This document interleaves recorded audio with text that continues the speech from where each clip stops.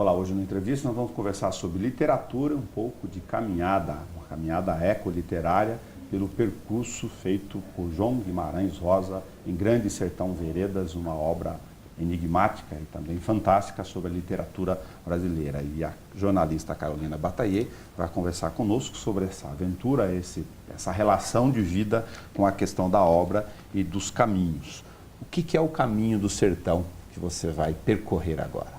O caminho do sertão é um caminho pelo norte de Minas, começando na Vila de Sagarana, que fica ali do lado da cidade de Arinos, e segue até o Parque do Grande Sertão, que é já na divisa com a Bahia. Esse caminho, ele em 1952 foi percorrido pelo Guimarães Rosa, junto com um grupo de boiadeiros, e inspirou a criação do livro Grande Sertão Veredas.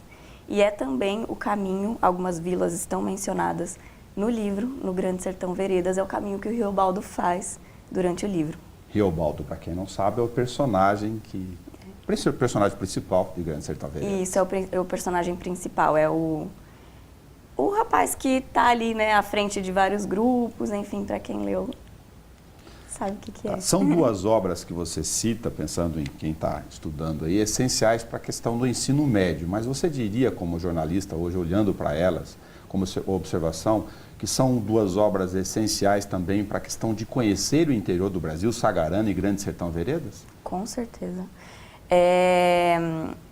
O interior do Brasil é muito rico, o Brasil é muito rico, né? E o que eu vejo, o que me atraiu, o que me colocou muito próxima dessas obras, eu tive que ler Sagarana faz muito tempo, por causa da escola mesmo, era uma obra solicitada nos vestibulares, em alguns vestibulares, e foi no escuro, assim, né? Eu era muito nova, eu devia ter uns 17 anos, e eu comecei a ler, e até uma coisa um pouco inconsciente, você se sente tocado. A literatura do Guimarães Rosa, ela é difícil para compreensão, mas me tocou não de uma forma consciente, assim, eu sentia que estava falando com uma parte de mim, sabe? No seu caso, tem uma conexão ideal, mas você sabe, tentando projetar aqui nosso trabalho de jornalista para quem são jovens, até para despertar isso, você fez uma menção bastante pontual e importante.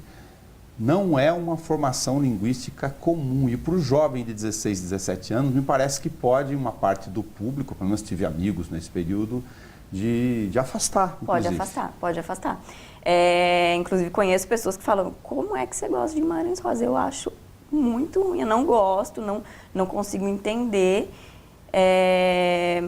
Mas aí, enfim, né, acho que cada pessoa, o importante é tocar alguém, né? Algumas pessoas vão ser tocadas por Clarice Lispector, outras por Guimarães Rosa. Ou Érico Veríssimo, enfim, né? Tem para todo mundo. E eu acho que para quem se sente tocado, ou para quem tem essa abertura, para quem tem a curiosidade de entender o Guimarães Rosa ou de se aproximar, ele acaba despertando isso, né? Primeiro ele vai lá, que é o que aconteceu comigo, ele atua ali na emoção. Você não entende muito bem, mas você sente, sabe? Parece que eu já ouvi isso, ou parece que isso está falando... Porque eu sou do interior, não do interior de Minas, mas sou do interior, cresci em sítio. E aí eu sentia um pouco daquilo que ele falava, sabe? Essa coisa de boi, cavalo e boiado, e gente que sai cedo e vai trabalhar no mato e volta. Processo de identificação. Um processo de identificação. E aí, a partir disso, dessa coisa no emocional, eu me senti fisgada e fui procurar outras coisas dele. E aí apresenta um universo, né? Ele traz um universo todo. Claro, como a gente quer te convidar para conversar, até para uma missão pública aqui, literária, de descobrimento, desbravar um pouco do sertão do Brasil através da sua experiência, você tem algumas sensações na sua cabeça para a gente poder conversar depois no pós-caminhada? O caminho do sertão, que questões você espera lá? Você falou que está relendo o livro agora, Grande Sertão Veredas. É natural você ficar, eventualmente, imaginando posições ou cenários que você queira visualizar ou compartilhar com ele do ponto de vista real, né? No caminho? Eu estou indo muito aberta, assim, né?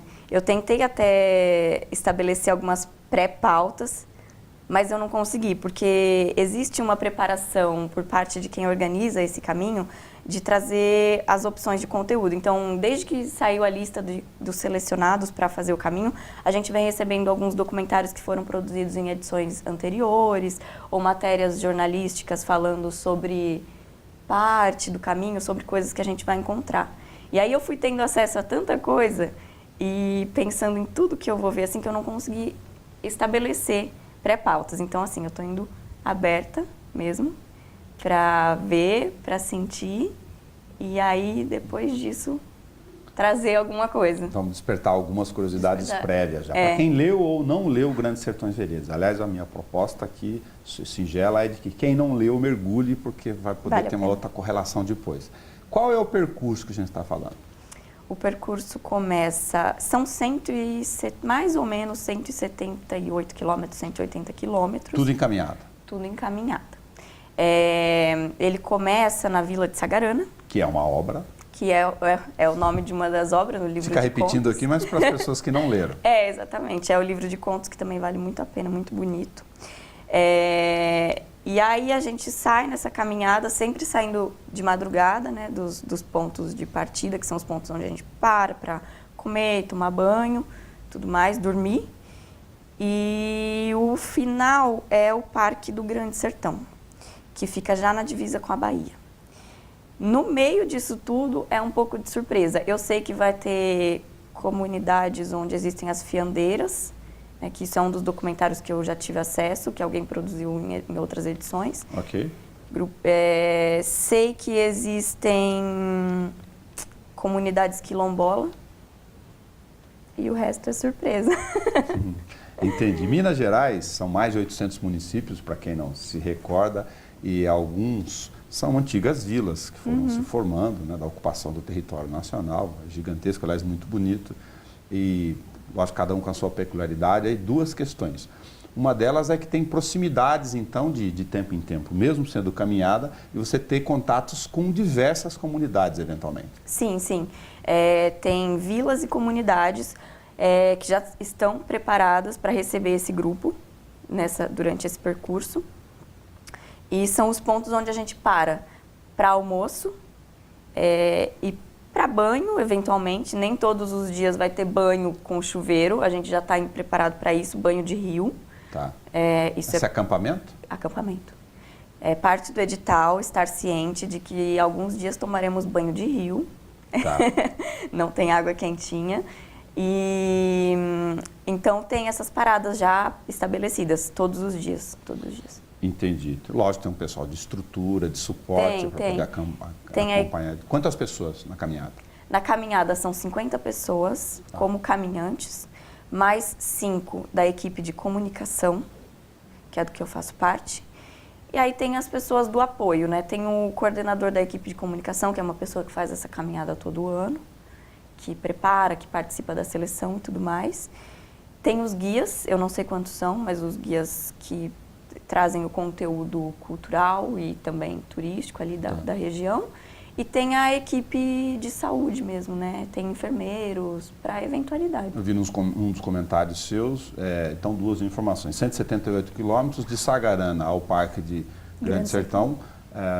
Quanto tempo é a previsão do cronograma para fazer esse percurso? Nós saímos em um domingo, no dia 9, se eu não me engano. Acho que é dia 9, né? Dia 7 é uma sexta-feira, é o dia que eu chego lá. E chegamos no Parque Grande Sertão no sábado seguinte. Uma semana, basicamente, de caminhada. É um bom percurso. É um bom percurso. Mas se o participante quiser ficar numa determinada comunidade por alguma razão, por um dia a mais, ele pode? Como funciona isso? Os caminhantes, os 50 caminhantes, não. Não. A proposta para os caminhantes é fazer a travessia. Travessia, né? Que é como o Guimarães Rosa menciona no livro. Ok. É fazer a travessia do Grande Sertão. Entendi. É essa a principal proposta. Para quem é da equipe de comunicação, já existe essa liberdade, e até esse aparato, né? O carro que de repente pode te levar de um lugar para o outro no fim do dia. Porque como a gente tem a liberdade de pauta, a liberdade de produção, se acontecer de no meio da caminhada eu encontrar uma comunidade onde eu quero parar, não seguir caminho aquele dia, ficar ali conversando com as pessoas, vivendo um pouco daquela realidade, eu tenho essa liberdade. Quem que é Riobaldo na sua cabeça, como leitora? Quem que é Riobaldo? O Riobaldo é o arauto de um universo novo e próximo, ao mesmo tempo. Não parece que ele vive num mundo paralelo, distante de nós aqui em alguns instantes? Em alguns instantes vive, em outros ele vive muito próximo. Porque, como eu estava te falando, assim, eu sou muito do interior, eu cresci em sítio, eu morei muito em sítio, eu fui criada, minha avó estudou até a 4ª série, enfim, tudo isso, né? E minha família é muito relacionada a isso, de interior mesmo, da vida interiorana. Então, o Riobaldo, eu tenho essa proximidade com ele, essa proximidade emocional. Mas, ao mesmo tempo, ele traz muita coisa nova, né? Porque é longe e é perto. Lógico, tem uma série de curiosidades aí que estão, imagino, efervescentes dentro de você, naturalmente olhando para a obra, olhando para o percurso que você vai fazer, você tem uma missão específica de comunicação lá como jornalista, mas, por exemplo, do contato com a questão da língua, porque, como é sabido, para quem não leu de novo, Guimarães Rosa usa quase um dialeto específico, junta fonéticas com palavras e termos que você precisa parar mesmo para pensar o que ele quis dizer, né? A genialidade da questão da formação escrita e da língua dele. Mas tem comunidades inteiras ali com uma bagagem cultural gigantesca por onde você vai ter oportunidade de repassar. Sim. Não, é tudo muito rico, né? Eu não sei nem assim como depois filtrar isso, porque eu acho que a gente vai acabar tendo contato com tanta coisa que pode ser trabalhada e imersivamente. Eu acho que isso é legal, né? Sim. Você fazer um trabalho de imersão, você vivenciar, você estar ali, ouvir e sentir também, porque a gente tá como ouvintes, mas a gente também tá como caminhante, né? Você tem ideia de quem é esse grupo? Quem são os participantes? Que pareceu interessados de mais de uma matiz aí, inclusive ideológica, enfim, de conteúdo. Sim. A gente agora tem o grupo para organização até da dinâmica de como chegar lá, né, das logísticas, e aí eu acabo conversando com algumas pessoas. Eu sei que tem gente da área de ensino mesmo, tem algumas, acho que bastante até, várias pessoas da área de ensino, história, geografia, português. E tem muita gente também da área de comunicação, da área de cinema, da área de fotografia. Quem que organiza essa caminhada ecoliterária? Caminhada ecoliterária. Tem o apoio do governo de Minas e tem o Comunidade Vale do Urucuia, ou Instituto Vale do Urucuia, preciso confirmar esse nome, que é uma ONG que trabalha com a cultura daquela região, com a promoção da cultura popular. Entendi. Imagino que tenha preocupações naturais de um monte de gente se inscreveu, mas o cara, por exemplo, não ser sedentário, são 178 quilômetros dividido em uma semana para poder caminhar. Tem. Isso já fica muito claro no edital, né, que você vai caminhar, você eventualmente vai carregar algum peso, que você vai passar por terrenos difíceis, né, é sertão, tem terra, tem lama, tem pedra. Isso já fica tudo explicado no edital. Quando sai a seleção, é exigido que quem foi selecionado apresente também um atestado médico. Claro. Atestando de aptidão física. A capacidade física. E existe também aquela ficha, eu esqueci o nome, que é uma ficha que você preenche para qualquer evento. Formulário natural. O formuláriozinho perguntando se você tem diabetes, se fez cirurgia recente. Então, existe essa preocupação. Vacinação eventual, com a saúde. Interior? Nada é explícito, mas eu vou tomar algumas vacinas por precaução. Eu fui para a Amazônia tomar febre amarela, assim, automaticamente. Febre amarela até pelo momento que a gente está vivendo também, né? Outra curiosidade, vocês vão fazer o caminho no frio, inverno, teoricamente, inverno, julho. Tem alguma questão sobre o clima? Tem. Isso também está no edital e vem nas recomendações para os participantes, né, para os selecionados. Durante o dia, sol, porque não chove, né? Ok. Solzão na cabeça, então, levar chapéu, filtro solar, roupas claras, sapatos confortáveis, porque muita caminhada no calor, enfim. Para a noite, recomenda-se saco de dormir, isolante térmico e agasalho, porque as temperaturas podem chegar à sensação térmica até os 8 graus à noite. Entendi. Um belo caminho É literário. um belo caminho. Tem outra coisa que você falou do Riobaldo, depois eu fiquei pensando, porque é tanta coisa sobre ele. Como ele é o protagonista, Ele é o protagonista. desperta uma série de reações. E tem uma coisa que eu acho muito bonita, que acho que é o principal, que é a principal tensão desse livro, porque o Riobaldo, na verdade, ele desenvolve um amor, e o livro inteiro, na verdade, é ele tentando entender esse amor que ele sente pelo colega do bando, né? Pelo Diadorim. Sim. E eu não vou falar quem é o Diadorim, porque... para não entregar para não entregar o ouro aqui, né? O grande finale. Mas... E é um homem muito simples, não sei se simples é a palavra correta, mas é esse homem que vive ali da lida com a terra, com o gado, no sertão, na década de 50, e ele se vê diante de um sentimento que ele não compreende por um outro homem. Simples e profundo. Simples e profundo. E isso é uma coisa muito bonita, né? Sim. E o livro fala disso, ele tentando entender um sentimento que para ele não é claro. Eu tenho um sociólogo, apenas um parêntese aqui para nosso caminho, indo para uma função literária de Rio Preto, que eu tive o prazer de conhecer, que estudou a base do cancioneiro popular e da origem da cultura popular brasileira com profundidade, mais de 10 anos, é o Romildo Santana, para fazer homenagem a ele aqui. E ele fala desse caminho do isolamento do campo, que foi feito pelo boiadeiro, em todos os cantos do Brasil, pensando lá atrás no Brasil colônia, isso é em dimensão gigantesca de território, onde os caminhos eram de 20 e 30 quilômetros.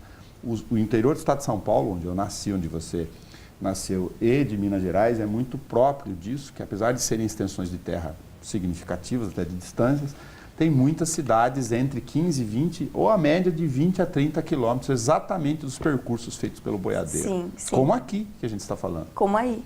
Alguns percursos são de exatamente não, mas por volta de 30 quilômetros. Essa distância é muito comum É uma entre distância cidades comum. hoje. O meio do caminho ainda é um pouco nebuloso, a gente não tem tanta informação sobre ele. Mas eu sei que o primeiro e o último dia, no primeiro e no último dia, a gente caminha 30 quilômetros. Né? A caminhada é de 30 quilômetros. Muito legal. Mais ou menos, né? 32, 35. Ai, Carolina, enfim, parabéns, fica aqui com a curiosidade boa, né? Uma chamada inveja boa de você fazer o caminho, que você possa sentir a dinâmica da questão literária e do próprio lugar, do espaço cultural e das pessoas que estão lá, e que depois possa trazer para a gente informação para a gente poder compartilhar com quem está aqui, afinal você vai ter o prazer de documentar. Vou trazer muita coisa com certeza, em texto, em foto, em vídeo. Tá, para quem tem curiosidade, depois de ter o desejar contato com você, você tem um site que você tem um trabalho relacionado, inclusive, à questão cultural, né? Sim, eu tenho o Interior Cultural, esse site está completando 1 ano, e foi, inclusive, a proposta que eu apresentei quando eu me inscrevi para participar do Caminho do Sertão. O Interior Cultural ele foi criado com esse objetivo de falar da cultura popular e da cultura que não recebe apoio financeiro e que, por isso, não tem tanto espaço assim nos meios de divulgação, né? Então, a gente tenta trazer isso um pouco no nosso site. As manifestações culturais, as pessoas e os eventos que são gratuitos, que de repente acontecem e aí as pessoas falam, nossa, tem isso em Bauru e eu não sabia. Tem. Boa viagem no sentido físico e no sentido literário e de observação obrigada. lá. Obrigada, vai ser muito boa. Obrigado, a gente conversou com a Carolina Bataia, que vai fazer o Caminho do Sertão, percorrer a relação entre Sagarana, a obra de Guimarães Rosa do ponto de vista geográfico, aqui comentado com nós do tempo, e o Parque Grande Sertão, da obra também de Guimarães Rosa, Grande Sertão Veredas.